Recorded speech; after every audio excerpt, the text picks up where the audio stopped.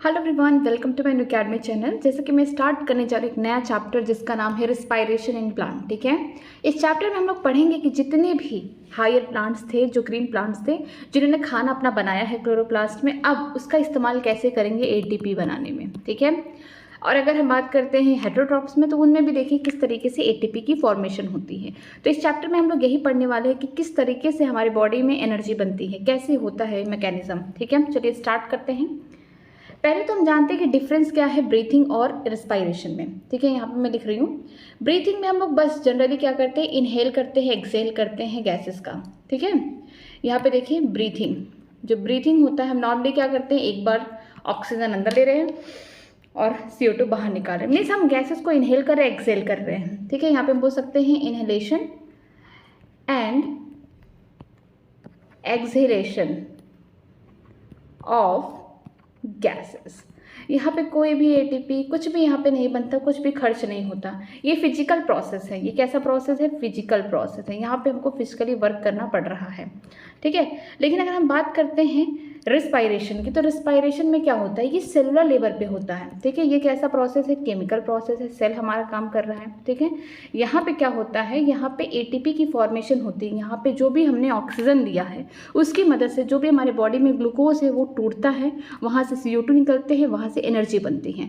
तो हम बोल सकते हैं ये कैसा प्रोसेस है, कैटाबॉलिज्म होता है इसकी मदद से। ठीक है, यहाँ पे हम बोल सकते हैं कैटाबॉलिज्म होगा, जो भी ग्लूकोज है, ठीक है, ये ग्लूकोज ऑक्सीजन के साथ क्या होता है, ब्रेक डाउन हो जाता है और क्या बनाता है, CO2 प्लस वाटर, और इसके साथ क्या निकलता है, एनर्जी निकलता है। ठीक है, तो आप बोल सकते हैं कि जनरली क्या होता है, जो फिजिकल प्रोसेस है, हम ब्रीथिंग कर रहे हैं, क्या फिजिकल प्रोसेस है, हम एक बार सांस अंदर ले रहे हैं और एक बार बाहर निकाल रहे हैं, फिजिकल प्रोसेस है। यहाँ पे कोई एनर्जी नहीं लग रहा है, यहाँ पे कुछ नहीं हो रहा है। लेकिन जो रिस्पायरेशन है, ठीक है, ये कैसा प्रोसेस है, यहाँ पे बोल सकते हैं एनर्जी बन रहा है। ठीक, एनर्जी बन रहा है, यहाँ पे कैटाबॉलिज्म है, ये सेलुलर लेवल पे हो रहा है। कहाँ पे? सेल के लेवल पे हो रहा है, सेलुलर लेवल पे ये प्रोसेस हो रहा है। तो याद रखिएगा कि जो रिस्पायरेशन है ये सेल पे होगा, एक एक सेल रिस्पायर करेगा, मतलब कि हमने सांस लिया, ये हमारा फिजिकल प्रोसेस है। लेकिन हमारे बॉडी में जितनी भी सेल होंगे वो भी क्या करेंगे, सेलुलर रिस्पायरेशन करेंगे। जो भी ग्लूकोज आया है उसे ब्रेक डाउन करेंगे CO2 वाटर में और वहाँ से एनर्जी निकालेंगे। ये कैसा हो गया, कैटाबॉलिज्म प्रोसेस हो गया। ओके, आगे चलिए स्टार्ट करते हैं चैप्टर अपना। चैप्टर में पहली लाइन दिया गया है कि all of us breathe to life, but why is breathing is so essential to life. सब इंसान, जितने भी हम बोल सकते हैं लिविंग ऑर्गेनिज्म है, हर कोई क्या करता है, सांस लेता है, ब्रीथिंग करता है। लेकिन ब्रीथिंग इतना ज़रूरी क्यों है? सर्वाइवल के लिए ज़रूरी है, हमें सर्वाइव करना है। अब देखिए, what happen when we breathe, क्या होता है जब हम ब्रीथ करते हैं। यहाँ पे क्या होता है, गैसियस एक्सचेंज होता है। हम CO2 क्या है अपने बॉडी से बाहर निकालते हैं, उसको एक्सेल करते हैं और ऑक्सीजन को इनहेल करते हैं, अपने बॉडी के अंदर लेते हैं। ठीक है, also do all the living organism including the plant and microscope breathe, if so and how. ठीक है, जितने भी लिविंग ऑर्गेनिज्म हैं, अगर हम बात करते हैं प्लांट्स का, माइक्रोब्स का, ये भी ब्रीथ करते हैं, इन्हें भी ऑक्सीजन चाहिए ताकि ये क्या कर सके, आगे रिस्पायरेशन कर सके। ठीक है, all living organism need energy for carrying out daily life activity, B it absorption, transport, movement, reproduction और इवन द ब्रीथिंग। ठीक है, जितनी भी ऑर्गेनिज्म है उनको एनर्जी चाहिए, उनको डेली लाइफ में, जैसे कि उन्हें एब्जॉर्प्शन कराना है, ट्रांसपोर्टेशन कराना है, मूवमेंट करना है, रिप्रोडक्शन करना है, ब्रीथिंग करना है, सब में क्या लगता है, एनर्जी लगता है। अब देखिए एनर्जी आता कहाँ से है, आगे देखते हैं। Where does all the energy come from, ये सारी एनर्जी आती कहाँ से है? जितने भी लिविंग ऑर्गेनिज्म है सबको एनर्जी चाहिए, डिफरेंट डिफरेंट जो भी लाइफ की एक्टिविटी है उसको करने के लिए। कोई रनिंग कर रहा है, कोई वॉकिंग कर रहा है, एब्जॉर्प्शन हो रहा है, ट्रांसपोर्टेशन और रिप्रोडक्शन हो रहा है, हर जगह एनर्जी का क्या हो रहा है, कंजप्शन हो रहा है। ठीक है, एनर्जी कंज्यूम हो रहा है। तो बताइए एनर्जी आ कहाँ से रही है? अगर हम बात करते हैं, एनर्जी आ रही है फूड से। फूड क्या है, एक बायो मैक्रोमोलिक्यूल है। हमने पहले ही पढ़ा था, कहाँ पढ़ा था, बायोमोलिक्यूल में, वहाँ पे देखा था। बायो मैक्रोमोलिक्यूल की बात मैं इसलिए कर रही हूँ, जैसे कि कार्बोहाइड्रेट, ठीक है, मेन सोर्स है, इसी से एनर्जी मिलता है। कार्बोहाइड्रेट हो गया, प्रोटीन हो गया, ठीक है, फैट को भी इंक्लूड कर लेते हैं जैसे कि लिपिड। ठीक है, वो तो ट्रूली बायो मैक्रोमोलिक्यूल नहीं है, बट इनको इंक्लूड किया जाता है। तो जो भी हमारे बॉडी में फूड आ रहा है वो कहाँ से आ रहा है, बायो मैक्रोमोलिक्यूल है। ठीक है, ये जो बायो मैक्रोमोलिक्यूल हम लोग खा रहे हैं, कार्बोहाइड्रेट खा रहे हैं, प्रोटीन खा रहे हैं, इसी से हमको एनर्जी मिल रही है। We know we eat food for energy, but how is this energy taken from the food. हम जानते हैं कि हम खाना इसलिए खा रहे हैं, भोजन इसलिए कर रहे हैं क्योंकि हमें एनर्जी उससे मिल रही है, लेकिन ये तो नहीं पता है ना कि एनर्जी किस तरीके से फूड से निकल रही है।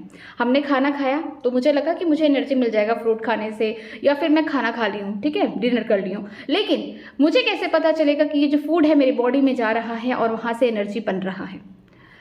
How is this energy utilise, किस तरीके से जो भी एनर्जी बना है फूड से, बायो मैक्रोमोलिक्यूल से, उसका यूटिलाइजेशन कैसे होगा मेरी बॉडी में। Do all the food give the same amount of energy, क्या जितने भी फूड मैंने खाए हैं, चाहे मैंने फ्रूट खाया है, चाहे मैंने कुछ भी खा लिया है, फैट खा लिया है, या बोल सकते हैं प्रोटीन खा लिया, क्या सबसे इक्वल अमाउंट ऑफ एनर्जी मिलेगा। डू प्लांट ईट, क्या प्लांट खाना खाते हैं, प्लांट खाना खाते हैं, नहीं खाते हैं, ठीक है, वो तो सीधे खाना खुद बनाते हैं, ठीक है। यहाँ पे देखिए उनके पास ऑलरेडी एक मैकेनिज्म होता है, ऑटोट्रॉपिक है, फोटोसिंथेसिस करते हैं, वो इनऑर्गेनिक सब्सटेंट को क्या करते हैं, CO2 हो गया, वाटर हो गया, हमने पिछले चैप्टर में पढ़ा था, यहाँ पे बोल सकते हैं सनलाइट की मदद से क्लोरोफिल, हरी हरी पत्तियों में या फिर जो भी हरा पार्ट है, ग्रीन पार्ट है, जहाँ पे बोल सकते हैं क्लोरोफिल प्रेजेंट है, वहाँ पे क्या बनेगा, ग्लूकोज बनेगा। साथ में अगर हम यहाँ पे 12 मॉलिक्यूल वाटर लिए हैं तो यहाँ पे क्या हो जाएगा, 6 मॉलिक्यूल ऑफ वाटर बैलेंस हो जाएगा। साथ में यहाँ से क्या निकलेगा, ऑक्सीजन निकलेगा प्लस एनर्जी, ठीक है। तो फूड वो खुद बनाते हैं। Where do plant get their energy from, plant को एनर्जी कहाँ से मिलती है। प्लांट को एनर्जी अगर देखा जाए तो उनको सनलाइट एक अल्टीमेट सोर्स है, वहाँ से वो एनर्जी, रेडिएशन एनर्जी लेते हैं और क्या करते हैं, खुद खाना बनाते हैं। अब फोटोसिंथेसिस हो जाएगी, उसके बाद भी यहाँ पे हम बोल सकते हैं शुगर का फॉर्मेशन हो गया, ग्लूकोज बन गया, लेकिन ग्लूकोज बनना ही ये क्या है, एनर्जी नहीं, हमें ग्लूकोज से भी क्या निकालना है, ATP निकालना है, ठीक है। And micro organism for their energy requirement do they eat food, कि जो माइक्रो ऑर्गेनिज्म है जो मुझे दिखते नहीं आंखों से, जैसे कि बैक्टीरिया हो गया, प्रोटोजोआ हो गया, उनको भी तो एनर्जी की ज़रूरत है, क्या वो भी खाना खाते हैं। हाँ ऑफकोर्स खाते हैं वो, ठीक है। कुछ कीमोसिंथेटिक बैक्टीरिया हैं, वो क्या करते हैं, इनऑर्गेनिक सब्सटेंट के साथ अपना रिएक्शन करते हैं, ऑक्सीडाइज करते हैं, वहाँ से एनर्जी लेते हैं, जो कि हम लोगों ने पढ़ा था बायोलॉजिकल क्लासिफिकेशन चैप्टर में। You may wonder at the several question rises above, आपने देखा कि यहाँ पे डिफरेंट टाइप के क्वेश्चन पूछे गए हैं। They may seem to be very disconnected, एक दूसरे से एक कनेक्शन भी नहीं है, बट हाँ दिखते हैं कि हम खाना क्यों खा रहे हैं, एनर्जी क्यों बन रही है, इनका काम क्या है, डिफरेंट थिंग्स यहाँ पूछी गई है। But in reality the process of breathing is very much connected to the process of release of energy from the food. लेकिन अगर रियलिटी की बात करते हैं तो जो प्रोसेस ब्रीथिंग का प्रोसेस है, ये क्या है, डायरेक्टली कनेक्टेड है कि रिलीज ऑफ एनर्जी। अगर हम ब्रीथिंग कर रहे हैं, गैसेस एक्सचेंज कर रहे हैं, हम CO2 को बाहर निकाल रहे हैं, ऑक्सीजन को अंदर ले रहे हैं, तो यहाँ पे क्या होगा कि जो ऑक्सीजन है आगे चल के जो हमारी बॉडी में जितने भी सेल हैं वहाँ पे ग्लूकोज बना होगा, वहाँ पे क्या होगा, सेलुलर एक्टिविटी होगा, वहाँ पे हम बोल सकते हैं ग्लूकोज का ब्रेकडाउन होगा, CO2 बनेगा, वाटर बनेगा और एनर्जी निकलेगी, ठीक है। तो हम बोल सकते हैं कि जो फिजिकल प्रोसेस है ब्रीथिंग, ये डायरेक्टली काम कहाँ कर रहा है, रिस्पायरेशन में हेल्प कर रहा है, इससे डायरेक्टली कनेक्टेड है। अगर मैं सांस ही ना लूँ, मान लीजिए मेरा कोई नाक बंद कर दिया, मेरे बॉडी के अंदर ऑक्सीजन नहीं जा रहा, तो धीरे धीरे क्या होगा, सफोकेशन बन जाएगा, CO2 का कंसंट्रेशन बॉडी में ज़्यादा हो जाएगा, टॉक्सिसिटी मच जाएगी, साथ में जो भी ATP बन रहा था वो स्टॉप हो जाएगा, क्योंकि उसको ऑक्सीजन की ज़रूरत है। हम लोग आगे देखेंगे कि जो मेन ATP जहाँ बनेगा वहाँ पे ऑक्सीजन का ही रिक्वायरमेंट होगा, ठीक है। आगे देखते हैं, let us try to understand how this happen. आगे देखते हैं किस तरीके से सारी चीज़ें होती हैं। All the energy requiring for the life process is obtain by oxidation of sub micromolecule that we eat called food. देखिए ये बहुत इंपॉर्टेंट लाइन है, जितनी भी एनर्जी हमें चाहिए अपने लाइफ के प्रोसेस करने के लिए हम क्या करते हैं, कुछ मैक्रोमोलिक्यूल खाते हैं, जैसे कुछ में कौन आएगा, कार्बोहाइड्रेट हो गया, प्रोटीन हो गया, ठीक है। इसके साथ हम फैट जो खाते हैं, ये सब क्या है, मैक्रोमोलिक्यूल। इनका क्या होता है, ऑक्सीडेशन होता है। ऑक्सीडेशन का मतलब क्या हो गया, जहाँ पे ऑक्सीजन की मदद से कुछ रिएक्शन हो रहा है, वो क्या है, ऑक्सीडेशन हो रहा है। यहाँ पे हमने ग्लूकोज बनाया, चाहे हमने कार्बोहाइड्रेट से बनाया है, प्रोटीन से बनाया है या फिर फैट से बनाया, यहाँ पे क्या होगा, जो भी हमने बनाया है इसमें क्या होगा, ऑक्सीजन की मदद से ऑक्सीडेशन हो रहा है, यहाँ पे इसको तोड़ा जा रहा है और वहाँ से क्या निकल रहा है, CO2 निकल रहा है, ठीक है, वाटर निकल रहा है, साथ में एनर्जी बन रहा है, जिसे हम क्या कह रहे हैं, फूड बोल रहे हैं। ओनली द ग्रीन प्लांट, ये देखिए वनली जो शब्द है ना, ये नई NCERT में कट चुका है, ठीक है, हमारे सिलेबस में ये वनली शब्द काट दिया गया, इसको आप रफ कर दीजिए, इसको मिटा दीजिए यहाँ से, ठीक है। अब देखिए, the green plant and cyanobacteria can prepare their own food by the process of photosynthesis. They trap the light energy and convert into the chemical energy that is stored in the bond of the carbohydrate like glucose, sucrose and starch. अब only शब्द काट दिया गया, तो जितने भी green plants हैं जिनके पास क्लोरोफिल है वो, और साइनोबैक्टीरिया, ब्लू ग्रीन एल्गी, ठीक है, इनके पास क्या होता है, क्लोरोफिल A पाया जाता है, ठीक है, साइनोबैक्टीरिया के पास, जो क्या करते हैं, ये फोटोसिंथेसिस कर पाते हैं, लाइट एनर्जी को ट्रैप कर लेते हैं, फिर उससे क्या करते हैं, डार्क रिएक्शन वगैरह करते हैं यहाँ पे आगे चल के, फिर आगे चल के क्या बन जाता है, यहाँ पे उनका शुगर बन जाएगा, या फिर हम बोलते हैं सक्रोज हो गया, ग्लूकोज या स्टार्च बन जाएगा। ठीक है, अब यही जो स्टार्च ग्लूकोज ये सब बने, अब इसको तोड़कर यहाँ पे ऑक्सीजन की मदद से इसको तोड़कर हम क्या बनाएंगे, यहाँ पे ATP बनाएंगे। ठीक है, यहाँ पे रेस्पायरेशन होगा उनके सेल में। We must remember that the green plant do not all the cell, tissue and organ photosynthesis. Only the cell containing chloroplast that are the most often located in the superficial layer carry out the photosynthesis. जैसे कि हम जानते हैं कि जो green plant है उसके सारे पार्ट्स नहीं, उसमें वही पार्ट जहाँ पे हम बोल सकते हैं क्लोरोप्लास्ट प्रेजेंट है, क्लोरोफिल प्रेजेंट है, उनके पास, जैसे कि सारे सेल नहीं हो गए, टिश्यू नहीं हो गए, ऑर्गन नहीं हो गए, सारे सेल फोटोसिंथेसिस नहीं कर रहे हैं, सिर्फ वही सेल जो कहाँ, जिसके पास क्या है, क्लोरोप्लास्ट है, जिसमें क्लोरोफिल भरा हुआ है, जो दिखने में ग्रीन कलर के दिख रहे हैं, वही क्या करते हैं, फोटोसिंथेसिस करते हैं। और जनरली क्या होता है, जो प्लांट है, लीफ की बात करें जनरली, तो ये जो क्लोरोप्लास्ट है, मेसोफिल के जो सेल हैं, ये क्या होते हैं, एकदम ऊपर होते हैं, सुपरफिशियल लेयर में एकदम ऊपर पाए जाते हैं, ताकि सनलाइट ऊपर पड़े और तुरंत क्या होने लगे, यहाँ पे लाइट रिएक्शन चलने लगे, फिर डार्क रिएक्शन हो सके, ईजिली सारी चीज़ें क्या हो, कंप्लीट हो सके। ठीक है, तो ये सुपरफिशियल का मतलब क्या है कि अपर सर्फेस में ही प्रेजेंट होते हैं, ताकि ये ईजिली फोटोसिंथेसिस कर सके। Hence, even in the green plant, all the other organ, tissue and the cell are not green, non-green, need for the food oxidation. यहाँ पे लिखा गया है कि जितने भी ग्रीन प्लांट हैं, उनके जो अदर ऑर्गन है, टिश्यू है, सेल है, जो कि नॉन ग्रीन है, वो हरे नहीं हैं, क्या उनमें फूड का ऑक्सीडेशन नहीं होता है? होता है ऑक्सीडेशन। पत्तियां खाना बना रही हैं, मान लीजिए कोई प्लांट है, लीफ, उसने खाना बनाया, ठीक है, यहाँ पे उसने खाना बनाया, लेकिन यहाँ पे मान लीजिए ये ऐसा पार्ट है जहाँ पे ये ग्रीन पार्ट नहीं प्रेजेंट है, हम बोल सकते हैं हरा नहीं है, बार्क है। ठीक है, ये कोई मैच्योर प्लांट है, ठीक है, इसने खाना बनाया, लेकिन फ्लोएम की मदद से यहाँ तो खाना जा रहा है ना, जो भी इसने ग्लूकोज बनाया है, सुक्रोज बनाया है, स्टार्च बनाया, इसको यहाँ ट्रांसपोर्ट करेगा, लेकिन आगे हर एक सेल, जो बॉडी का हर एक सेल होगा प्लांट का, वो क्या करेगा, रिस्पायरेशन करेगा, उसको कहीं ना कहीं से ग्लूकोज, कहीं ना कहीं से स्टार्च मिल रहा है।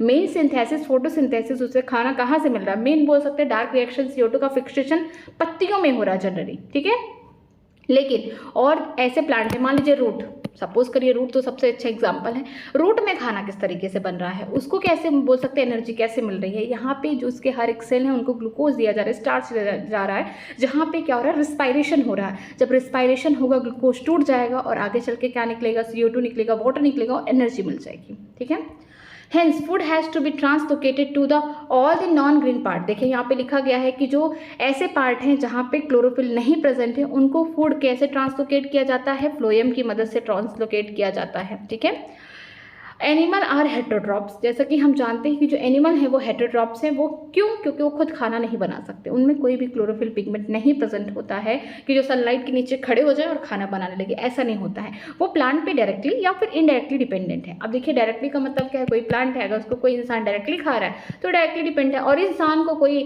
टाइगर या फिर लायन खा रहा है, ठीक है, तो क्या है, कहीं ना कहीं प्लांट पे इनडायरेक्टली डिपेंडेंट है। ठीक है, they obtain food from the plant directly herbivores and indirectly carnivores. ठीक है, जो हेटेरोट्रॉप्स है, एनिमल हेटेरोट्रॉप्स है, जो डायरेक्टली डिपेंडेंट है प्लांट को उन्हें हर्बिवोर्स कहेंगे, जो इनडायरेक्टली डिपेंडेंट है उन्हें हम क्या बोलेंगे, कार्निवोर्स कहेंगे। Saprophytes like the fungi are dependent on the dead and decaying matter. अगर हम बात करते हैं सेप्रोफाइट्स के, फंगस की बात करते हैं, ये तो डिपेंड करते हैं किस पे, डेड एंड डिकेइंग मैटर पे।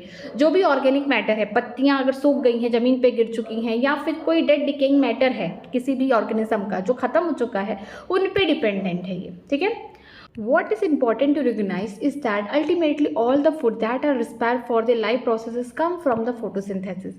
कि जितनी भी फोटोसिंथेसिस में खाना बन चुका है, ग्लूकोज से स्टार्च बन चुका है, क्या सारे फूड रिस्पायर हो जाते हैं लाइफ प्रोसेसेस के लिए, में सबका ब्रेकडाउन हो जाता है।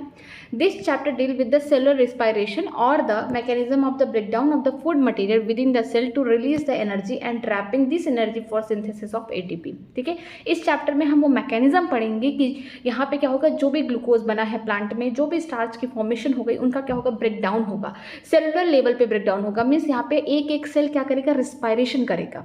खाना तो वहीं बनेगा जहाँ पे क्लोरोफिल प्रेजेंट है, वो पत्ती हो सकती है, स्टेम भी हो सकता है, ठीक है, वहाँ पे खाना बनेगा। लेकिन हर एक प्लांट की सेल में क्या होगा, सेलुलर रिस्पायरेशन होगा। जो भी ग्लूकोज स्टार्च बन चुका है वो आगे चल के क्या हो जाएगा, ब्रेकडाउन हो जाएगा और वहाँ से एनर्जी निकलेगी, और उसी एनर्जी को हम उसको ट्रैप करेंगे किसके फॉर्म में, ATP के फॉर्म में, बॉन्ड एनर्जी के फॉर्म में। ठीक है, इसीलिए ATP को क्या बोलते हैं, एनर्जी करेंसी। ठीक है, एनर्जी करेंसी है ये।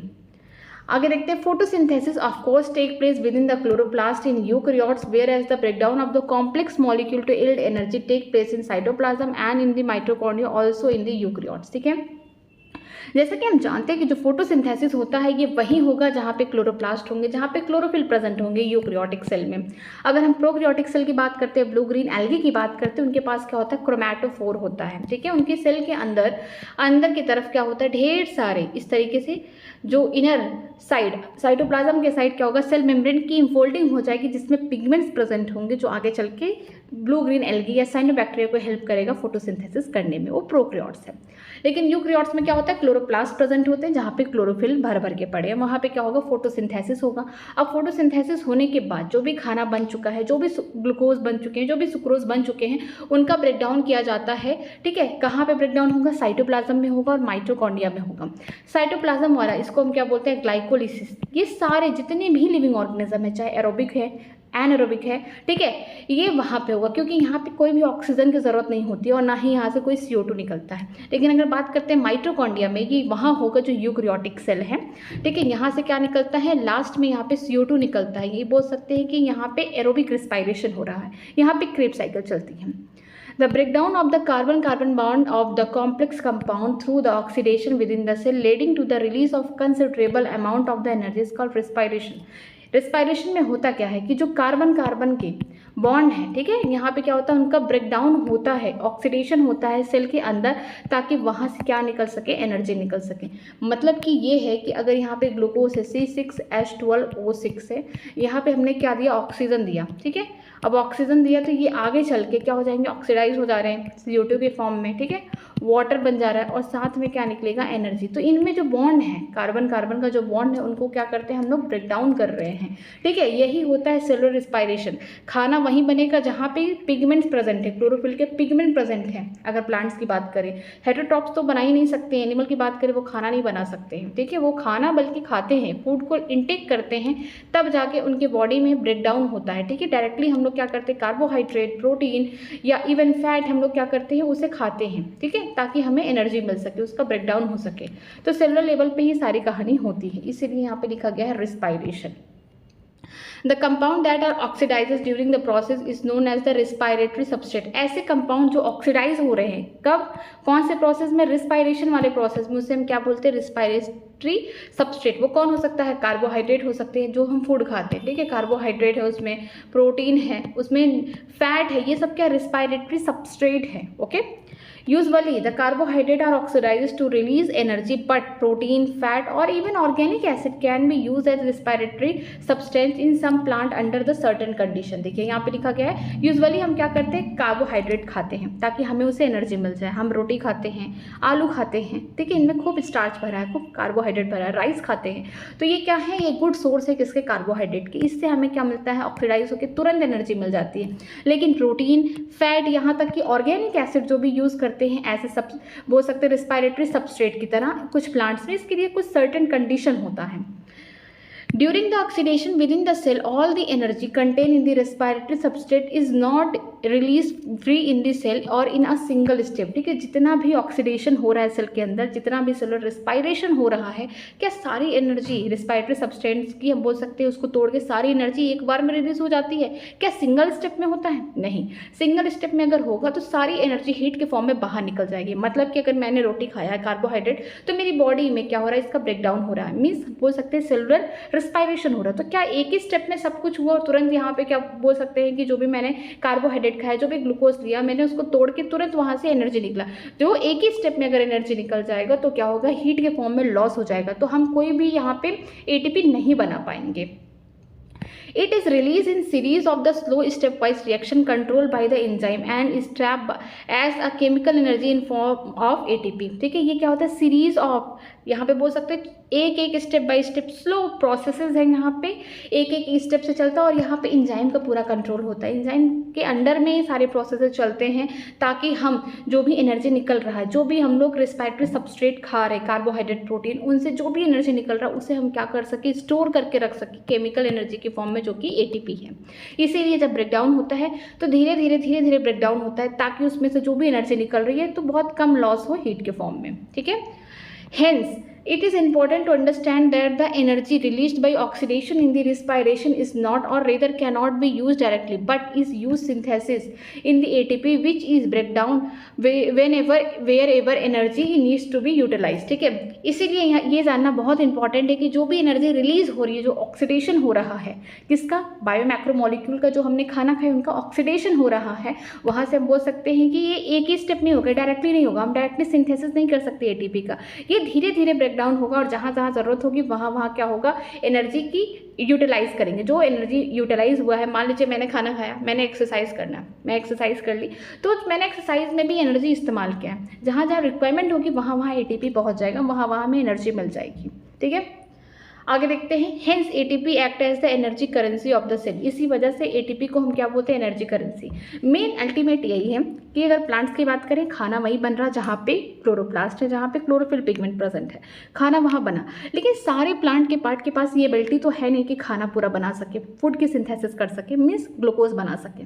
लेकिन उनको भी तो खाना कौन पहुँचा रहा है, फ्लोएम पहुँचा रहा है, ताकि सारे जो प्लांट के सेल हैं, एक एक सेल खुद क्या कर सके, खुद अपना केयर कर सके, खुद रिस्पायरेशन कर सके। जहाँ पे ग्लूकोज दिया जाएगा वो क्या करेंगे, ऑक्सीजन की मदद से वहाँ से CO2 निकालेंगे, यहाँ से वाटर निकलेगा, साथ में एनर्जी निकलेगा। उनका मेन काम क्या है, एनर्जी लेना। ठीक, अगर हेटेरोट्रॉप की बात करते हैं तो सेम प्रोसेस होगा। हमारे पास भी कोई क्लोरोफिल नहीं है, हम भी खुद खाना नहीं बना सकते। हम क्या करते हैं, फूड को लेते हैं एज ए सब्सट्रेटरी। ठीक है, यहाँ पे हम रिस्पायरेटरी सब्सट्रेट की तरह लेते हैं उसको, ताकि हम उसका ऑक्सीडेशन कर सके ऑक्सीजन की मदद से।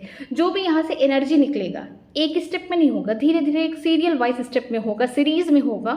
हर एक स्टेप में क्या होगा, थोड़ा थोड़ा हीट लॉस होगा। अल्टीमेटली क्या करना, हमें जो भी एनर्जी बचा उसको किस फॉर्म में रखना है, एटीपी के फॉर्म में। अब मैंने खाना खा लिया, मैं खाना खा के बस सोने जा रही हूँ। ठीक है, मैं सपोज करिए मैं खाना खा के सोने जा रही हूँ, मेरी बॉडी धीरे धीरे ब्रेकडाउन करके यहाँ पे एनर्जी बना ली। अब ज़रूरी तो है नहीं कि मैं उठ के तुरंत कोई एक्सरसाइज करने लगूँ या फिर मैं कोई काम करने लगूँ जिसमें एनर्जी खर्चे, ऐसा तो होगा नहीं।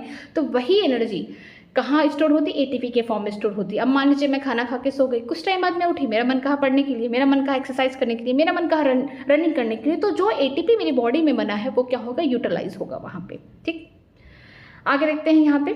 The energy trap in ATP is utilise in various energy requiring processes of the organism and the carbon skeleton produce during the respiration is used as the precursor for the biosynthesis of the other molecule in this cell. यहाँ पे क्या होता है, जो भी energy trap हुआ है किस फॉर्म में, एटीपी के फॉर्म में। एटीपी का फुल फॉर्म क्या है, एडेनोसिन ट्राइफॉस्फेट। ठीक है, इसमें क्या होता है, ये एडेनोसिन ट्राइफॉस्फेट यहाँ पहले लिख लीजिए, ये क्या है, ये है न्यूक्लियोसाइड। क्या है ये, न्यूक्लियोसाइड है। ठीक है, ये न्यूक्लियोसाइड है कि यहाँ पे क्या होगा, जो शुगर है, ठीक है, शुगर के साथ तो यहाँ पे क्या लगा है, एडेनिन लगा ही है। ठीक है, अगर शुगर के साथ एडेनिन जुड़ जाएगा तो ये क्या होगा, न्यूक्लियोसाइड। लेकिन यहाँ पे शुगर पे क्या हो गया है, जो इनका 5वां कार्बन है वहाँ पे फॉस्फेट ग्रुप, यहाँ पे 3 फॉस्फेट ग्रुप जुड़े हुए हैं, तो इसीलिए इसका नाम क्या हो गया, एडेनोसिन ट्राइफॉस्फेट। ये न्यूक्लियोसाइड है, याद रखिएगा इस पर। ठीक है, जो भी एनर्जी स्टोर होगी एटीपी के फॉर्म में होगी, और एटीपी का इस्तेमाल कहाँ होगा, जहाँ जहाँ हमें एनर्जी की ज़रूरत होगी, जहाँ जहाँ हम ऐसा प्रोसेस करें जहाँ पे एनर्जी लग रहा है, वहाँ वहाँ पे जो कार्बन के स्केलेटन है वो क्या करेंगे, रिस्पायरेशन के थ्रू प्रोड्यूस किए हैं। यहाँ पे क्या हुआ, बायोसिंथेसिस होगा अदर मॉलिक्यूल का सेल के अंदर। ठीक है, वहाँ पे एटीपी की ज़रूरत होगी, वहाँ वहाँ पे ये ब्रेक डाउन करेंगे। ओके, आगे देखते हैं। डू प्लांट ब्रीथ, क्या प्लांट भी सांस लेते हैं, मतलब कि वो भी क्या गैसेस एक्सचेंज करते हैं, प्लांट्स भी। Well, the answer to this question is not quite so direct. ये जो क्वेश्चन है कि सारे प्लांट क्या ब्रेक करते हैं, तो इनको डायरेक्टली आंसर देना थोड़ा सा मुश्किल है। Yes, the plant required oxygen for respiration to occur and they also give out the CO2। यहाँ पे बोला गया है कि प्लांट को भी ऑक्सीजन की ज़रूरत पड़ती है। फोटोसिंथेसिस किया तो वहाँ से ऑक्सीजन निकाला इन्होंने। ठीक है, यहाँ पे CO2 का फिक्सेशन किया। लेकिन जब यही ग्लूकोज बन चुका है, उसका ब्रेकडाउन कराना, उसका ऑक्सीडेशन कराना, उस समय इनको क्या चाहिए, ऑक्सीजन चाहिए रिस्पायरेशन के लिए। और वहाँ से क्या निकालेंगे, CO2 निकालेंगे। मतलब कि जब उन्हें खाना बनाना होगा तो CO2 का इस्तेमाल करके फिक्सेशन करेंगे, वहाँ से ऑक्सीजन निकालेंगे। और जब खाना बन चुका है, सारे प्लांट के सेल में पहुँच गया है खाना ग्लूकोज फ्लोएम के थ्रू, ठीक है, वहाँ पे क्या होगा, अब रिस्पायरेशन होगा। अब सेल क्या करेंगे, रिस्पायर करेंगे, अब अपनी एनर्जी खुद बनाएंगे। ठीक है, खुद वहाँ से, तो वहाँ पे ऑक्सीजन की ज़रूरत होगी और वहाँ से CO2 निकलेगा। Hence plant have the system in the place that ensure the availability of the oxygen. ठीक है, प्लांट के पास क्या है, एक सिस्टम है हर जगह पे जहाँ पे ये इंश्योर करता है कि उनके पास ऑक्सीजन की अवेलेबिलिटी है। Plant, unlike animal, have no specialized organ for the gases exchange, but they have the stomata and lenticel for this purpose. ठीक है, जैसे कि एनिमल के पास क्या है, यहाँ पे स्पेशल टाइप के ऑर्गन होते हैं, जैसे हमारी बॉडी में एल्वेलाई क्या है, गैसेस एक्सचेंज कर रहा है लंग्स के अंदर। लेकिन प्लांट के पास क्या कोई ऐसे स्पेशल टाइप के ऑर्गन प्रेजेंट है जहाँ पे गैसेस एक्सचेंज हो सके? नहीं। उनके पास क्या होता है, स्टोमेटा होता है, जो पत्तियों में प्रेजेंट होता है स्टोमेटा। ठीक है, इस तरीके से यहाँ पे क्या होता है, गैसेस एक्सचेंज होता है और ट्रांसपिरेशन रेट भी होता है। यहाँ पे दोनों चीज़ें चलती है। साथ में जो लेंटिसेल है, ये जो बार्क है ना, ये मान लीजिए कोई मैच्योर ट्री है, इसका जो बार्क है, ठीक है, बाहर का, इसमें छोटे छोटे सेल प्रेजेंट है इसके नीचे। ठीक है, पैरेन्काइमा के सेल हैं, ये भी क्या करते हैं, गैसेस एक्सचेंज में हेल्प करते हैं। There are several reasons why the plant can get along without respiratory organ। यहाँ पे बहुत सारे रीज़न दिए गए हैं कि प्लांट के पास कोई भी स्पेशल टाइप के ऑर्गन क्यों नहीं प्रेजेंट है। उनको भी तो ऑक्सीजन की ज़रूरत है, उनको भी तो रिस्पायरेशन करना है, लेकिन इनके पास क्यों कोई स्पेशल टाइप का रिस्पायरेटरी ऑर्गन नहीं प्रेजेंट है। देखिए रीज़न क्या दिया गया, first, each plant part take care of their own gases exchange need, कि जितने भी प्लांट के पार्ट हैं, ठीक है, चाहे लीफ, स्टेम, रूट, जो भी है, वो अपना खुद से गैसेस एक्सचेंज का जो भी उनकी रिक्वायरमेंट है अपना केयर खुद करते हैं। There is very little transport of the gases from the one part plant part to another. यहाँ पे बहुत ही कम इनको ऑक्सीजन की ज़रूरत होती है, कम बोल सकते हैं यहाँ पे गैसेस एक्सचेंज की ज़रूरत होती है डिफरेंट डिफरेंट पार्ट में प्लांट के। Second, the plant do not present great demand for the gases exchange. Plant को ज़्यादा ऑक्सीजन या फिर CO2 की ज़रूरत नहीं है। जब खाना बना तो CO2 की ज़रूरत है, हो गया, लेकिन जब ब्रेकडाउन होगा तब ऑक्सीजन वहाँ से उनको चाहिए। ठीक है, जो भी इनके पोर्स हैं, इनको बहुत ज़्यादा ग्रेटर डिमांड नहीं है कि गैसेस एक्सचेंज हो सके, लेकिन हमें तो बहुत ज़्यादा है। अगर हमें थोड़ा सा भी सफोकेशन हो रहा है, CO2 है, हमें ऑक्सीजन नहीं मिल रहा, मान लीजिए मैंने नाक को ही बंद कर दिया, तो मुझे क्या होगा, सफोकेशन होगा, मेरी बॉडी में क्या होगा, पूरा मैकेनिज्म हिल जाएगा। ठीक है, CO2 का कंसंट्रेशन बढ़ जाएगा, ATP की फॉर्मेशन नहीं होगी, मुझे कुछ ना कुछ बहुत सारे प्रॉब्लम्स हो जाएगी, क्योंकि मैं पूरी तरीके से गैसेस एक्सचेंज पर डिपेंडेंट हूँ। लेकिन प्लांट को जब रिक्वायरमेंट होगी तब वो गैसेस एक्सचेंज अपने अकॉर्डिंग करेगा। ठीक है, root, stem and leaf respire at the rate far lower than the animal do. ठीक है, अगर बात करते हैं प्लांट के पार्ट, जैसे रूट हो गया, स्टेम हो गया, लीफ, ये बहुत ही कम रिस्पायर करते हैं जितना इनकी आवश्यकता होती है as compare to animal. Only during the photosynthesis, large volume of gases exchange and each leaf is well adapted to take care of their own need during these period। ठीक है, अगर रिस्पायरेशन की बात कर रहे हैं इस चैप्टर में तो ये बाद में होगा प्लांट्स में, लेकिन सबसे पहले क्या होगा, फोटोसिंथेसिस होगा। जब फोटोसिंथेसिस हो रहा है उस टाइम जो पत्तियां हैं या जो ग्रीन पार्ट है प्लांट की, उस समय यहाँ पे ग्रेटर लार्ज वॉल्यूम में बोल सकते हैं गैसेस एक्सचेंज हो रहा है, CO2 अंदर आ रहा है इस टाइम पे, क्योंकि यहाँ पे खाना बनाना है, तब जाके यहाँ पे ग्रेटर यहाँ पे गैसेस का एक्सचेंज हो रहा है बहुत ज़्यादा। यहाँ पे प्लांट को CO2 की आवश्यकता है क्योंकि यहाँ पे खाना बन रहा है। और ये जो पत्तियाँ हैं खुद अपना केयर कर सकती हैं कि इनकी रिक्वायरमेंट कितनी है, अगर जितनी रिक्वायरमेंट फुलफिल हो गई तो ये क्लोज हो जाएंगी। ऑल टाइम लीफ का स्टोमेटा ओपन नहीं होता है। ठीक है, जब यहाँ पे उनको CO2 को चाहिए, एक बार CO2 का मॉलिक्यूल अंदर आ गया, जैसे कि हमने पढ़ा था, C3 प्लांट हो गया, C4 प्लांट, केल्विन साइकिल में हम CO2 का एक बार फिक्सेशन कर रहे हैं, तो जब नेक्स्ट साइकिल केल्विन साइकिल का चलेगा तब ये जाके स्टोमेटल पोर ओपन होंगे, फिर CO2 लेंगे, क्योंकि इनको इतना डर भी है ना कि जो भी इनमें वाटर है ना ये भी लॉस ना हो जाए। जब जब यहाँ पे बोल सकते स्टोमेटल ओपन होगा, पोर ओपन होगा, उस टाइम तो गैसेस एक्सचेंज होगा, लेकिन साथ में वाटर लॉस भी होगा, ट्रांसपिरेशन रेट भी होगा। ठीक है, आगे देखते हैं। When cell photosynthesis, the ability of the oxygen is not a problem in these cells since oxygen is released within the cell। ठीक है, जब फोटोसिंथेसिस हो रहा है उस टाइम में क्या हो रहा है, जो ऑक्सीजन कैपेबिलिटी है इनके लिए कोई प्रॉब्लम नहीं कर रही, इनको तो CO2 से मतलब है, इनको कार्बन डाइऑक्साइड से मतलब है, उसी से क्या करें, फिक्सेशन कर रहे हैं, उसी से डायरेक्ट रिएक्शन हो रहा है, तो यहाँ से क्या होता है उनके सेल से, ठीक है, क्या बोल सकते हैं, ऑक्सीजन रिलीज हो रहा है। थर्ड इज दैट, तीसरा रीजन क्या है, देखिए, the distance that the gases must diffuse even in a larger bulky plant is not greater. ठीक है, यहाँ पे अगर कोई रिस्पायरेटरी ऑर्गन होता भी तो इतना दूर दूर पे, मान लीजिए स्टेम कहीं और है, ठीक है, बीच में रूट कहीं और है, यहाँ पे डिस्टेंस बहुत ज़्यादा हो जाएगा, डिस्टेंस की वजह से डिफ्यूजन बहुत बल्कि प्लांट में कराना इम्पॉसिबल था।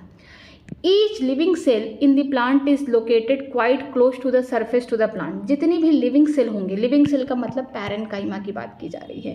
ठीक है, पैरेन्काइमा में भी फोटोसिंथेसिस होता है। अगर हम बात करते हैं पैरेन्काइमा की, जो लिविंग सेल है प्लांट के अंदर, वो क्या होते हैं, वो प्लांट के सरफेस पे, अगर पत्तियों की बात करें मेसोफिल सेल, वो क्या है, सरफेस पे प्रेजेंट है, ताकि ईजिली यहाँ पे गैसेस एक्सचेंज हो सके, फोटोसिंथेसिस हो सके, बहुत ईजिली हो सके। This is true for the leaf, ये पत्तियों के लिए बिल्कुल सही है। You may ask but what about thick woody stem and root. ठीक है, अगर आपने पत्तियों के लिए बोला कि जो सेल है उनको जिनको चाहिए गैसेस एक्सचेंज होना चाहिए वो तो सरफेस पे प्रेजेंट है, लेकिन क्या बोलेंगे आप जो एकदम मोटे मोटे स्टेम हैं, जो मैच्योर हो चुके हैं, जो नॉन ग्रीन पार्ट हैं जैसे कि रूट हो गया, उनके लिए क्या कहेंगे आप? In stem the living cell are organized in a thin layer inside the beneath of the bark. अगर हम बात करते हैं स्टेम में, मैच्योर स्टेम की बात करते हैं, बाहर ऊपर क्या है बार्क ढेर सारे, ठीक है, ये डेड हैं। इसके नीचे लिविंग सेल पैरेन्काइमा सेल पाए जाते हैं जो क्या करते हैं, इनको गैसेस एक्सचेंज में हेल्प कराते हैं। They also have the opening call the lenticel. जो लेंटिसेल होते हैं वो कहाँ प्रेजेंट होते हैं, जो मेच्योर ट्री हैं उनके बार्क के नीचे प्रेजेंट होते हैं। ये क्या करते हैं, गैसेस एक्सचेंज कराते हैं। The cell in the interior are dead and provide only mechanical support. उसके अंदर अगर बात करते हैं, अगर ये मान लीजिए कोई स्टेम है, ठीक है, मेच्योर, ये बोल सकते हैं ये हमारा उडी स्टेम है, ठीक है, उडी स्टेम है ये। इसमें आप देखेंगे बाहर की तरफ ढेर सारे बार्क है, लेकिन यहाँ पे छोटे छोटे पोर्स भी होंगे। अंदर क्या है, यहाँ पे लिविंग सेल है जिसे हम बोल देंगे लेंटी सेल जो प्रेजेंट है। ये क्या करेंगे, गैसेस एक्सचेंज कराएंगे। उसके अंदर क्या है, डेड सेल प्रेजेंट है, जो हार्ट का बोल सकते हैं वुड है वो प्रेजेंट है, वहाँ पे हार्ट सैप प्रेजेंट है जो कि मैकेनिकल सपोर्ट प्रोवाइड करेगा। Thus, the most cell of the plant has at least part of their surface in contact with air। ठीक है, ज़्यादा करके जो सेल हैं जिनको बहुत ज़्यादा आवश्यकता है गैसेस एक्सचेंज के लिए, वो कहाँ प्रेजेंट है, वो एकदम प्लांट के सरफेस, जो प्लांट का जो मान लीजिए लीफ है तो उसके सरफेस से प्रेजेंट है, ताकि ईजिली वो एयर के कॉन्टैक्ट में आ सके, ईजिली यहाँ पे गैसेस एक्सचेंज हो सके। This also facilitated by the loose packaging of parenchyma in the leaf, stem and root which provide an interconnected network of the air space। ठीक है, ये फैसिलेट करता है जो लूज पैकेजिंग है किसके, पैरेन्काइमा सेल। ये लिविंग सेल जो बार बार बोल रहा था वो कौन था, पैरेन्काइमा सेल था। ये लूजली पैक्ड है, ठीक है, इनके बीच में क्या होगा, इंटरसेलुलर स्पेस प्रेजेंट होंगे, लूजली पैक्ड है। पत्तियों में, स्टेम में, रूट में जो क्या कर रहा है, यहाँ पे इंटरकनेक्शन दिखा रहा है एयर स्पेसेस से। यहाँ पे क्या हो रहा है, ईजिली गैसेस एक्सचेंज हो पा रहा है। The complete combustion of the glucose which provide the CO2 and water as an end product the yield energy and most of which is given out as heat। यहाँ पे क्या हो रहा है, कंबशन प्रोसेस हो रहा है। जो भी ग्लूकोज बन चुका है फोटोसिंथेसिस के टाइम, अब उनको क्या किया जा रहा है, इनमें ऑक्सीडेशन हो रहा है, कंबशन हो रहा है। कंबशन किसकी प्रेजेंस में होगा, ऑक्सीजन की प्रेजेंस में हो रहा है। यहाँ पे कंप्लीट कंबशन हो रहा है। ये अगर पार्शियल कंबशन होता तो यहाँ पे ऑक्सीजन का रिक्वायरमेंट कम होता, लेकिन ये कंप्लीट कंबशन हो रहा है। जब कंप्लीट कंबशन होता है तो वहाँ से कार्बन डाइऑक्साइड, वाटर निकलते हैं और यहाँ पे एंड में क्या निकलता है, एनर्जी। और एनर्जी बहुत ही कम हीट के फॉर्म में लॉस होता है, क्योंकि यहाँ पे स्टेप बाय स्टेप स्लोली आगे बढ़ रहे हैं। अगर एक ही स्टेप में ये पूरा मैकेनिज्म कर दे तो यहाँ पे जितनी भी एनर्जी निकली है सब हीट के फॉर्म में लॉस हो जाएंगी, तो हम कोई भी एटीपी नहीं बना पाएंगे।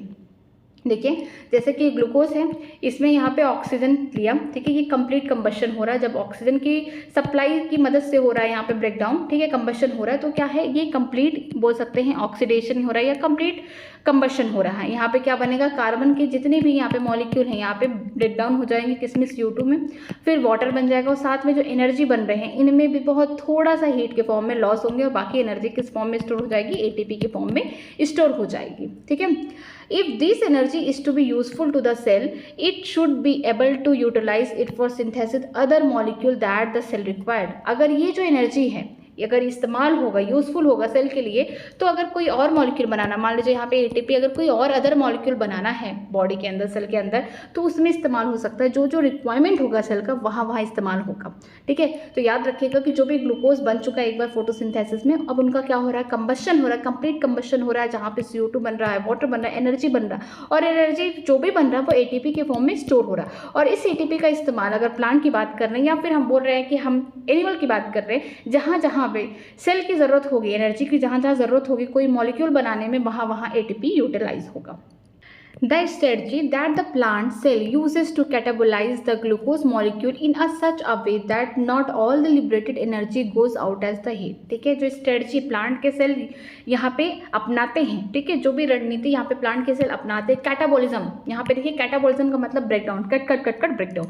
यहाँ पे ग्लूकोज जो भी बना है यहाँ पे क्या हो रहा है, कैटाबॉलिज्म हो रहा है, इनका ब्रेकडाउन हो रहा है, किसमें, यहाँ पे CO2 वाटर में, और यहाँ पे एनर्जी बन रही है। जो एनर्जी बन रहा है अब उसको क्या करते हैं, उनके पास ऐसे स्पेशल मैकेनिज्म है कि एनर्जी को स्टोर कर सके ATP के फॉर्म में, ना कि जो भी एनर्जी बना उसको पूरी तरीके से लिबरेट कर दे एज अ हीट। ठीक है, The key is to oxidize the glucose not in a one step but in several small steps, enabling the some step to be just large enough such that the energy released to can be coupled to the ATP synthesis। ठीक है, जो भी यहाँ पे की oxidise मतलब जो भी ग्लूकोज यहाँ पे ऑक्सीडाइज हुए हैं एक सिंगल स्टेप में नहीं होते, ये छोटे छोटे स्टेप में यहाँ पे क्या होते हैं, टूटते हैं। एक बार में ग्लूकोज का ब्रेकडाउन होकर तुरंत CO2 वाटर एनर्जी नहीं बना। अगर ऐसा हो जाएगा ना तो जितनी भी एनर्जी बनी वो हीट के फॉर्म में उड़ जाएंगी। ठीक, तो यहाँ पे क्या होगा, जितने भी ग्लूकोज होंगे वो सिंगल स्टेप में क्या हो रहे हैं, ऑक्सीडाइज हो रहे हैं, टूट रहे हैं ढेर सारे स्टेप में, और लास्ट में क्या हो रहा है, लार्ज अमाउंट की एनर्जी रिलीज हो रही है, जिसको हम किस फॉर्म में यहाँ पे स्टोर कर रहे हैं, ATP के साथ। ATP में सिंथेसिस करें, ATP में हम इसको स्टोर कर रहे हैं।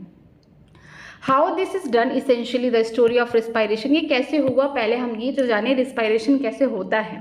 During the process of respiration oxygen is utilise and carbon dioxide water energy is release as a product. हमने अभी देखा ये वाला इक्वेशन कि रिस्पायरेशन के टाइम क्या होता है। यहाँ पे रिस्पायरेशन का मतलब टोटली आप समझिए कंबशन हो रहा है, ये कैटाबॉलिज्म हो रहा है। ठीक है, यहाँ पे हम बोल सकते हैं ब्रेकडाउन हो रहा है। तो हम देख रहे हैं रिस्पायरेशन में जो ग्लूकोज है वो ऑक्सीजन की मदद से टूट रहा है। ठीक है, ब्रेकडाउन हो रहा है किसमें, CO2 में, वाटर में, और यहाँ से एनर्जी निकल रही है।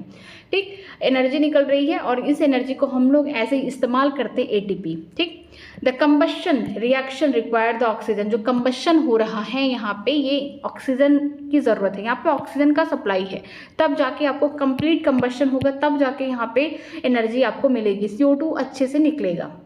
ठीक है, but some cell life where oxygen में और मे नॉट बी अवेलेबल। ठीक है, कुछ ऐसे ऑर्गेनिज्म होते हैं जहाँ पे ऑक्सीजन प्रेजेंट है तब भी जिंदा है, नहीं प्रेजेंट है तब भी जिंदा है। जो ऑक्सीजन की प्रेजेंस में जिंदा उसे हम क्या बोलते हैं, एरोबिक। ठीक है, वो एरोबिक है। जो बिना ऑक्सीजन के भी जिंदा है वो कौन है, एनारोबिक है। अगर हम बात करते हैं माइकोप्लाज्मा की, वो तो ऑक्सीजन है तो भी जिंदा है, नहीं है तो भी जिंदा है, वो फैकल्टेटिव एनारोब है, मतलब कि झूठा वाला एनारोब है। अभी हम लोग आगे वही पढ़ेंगे।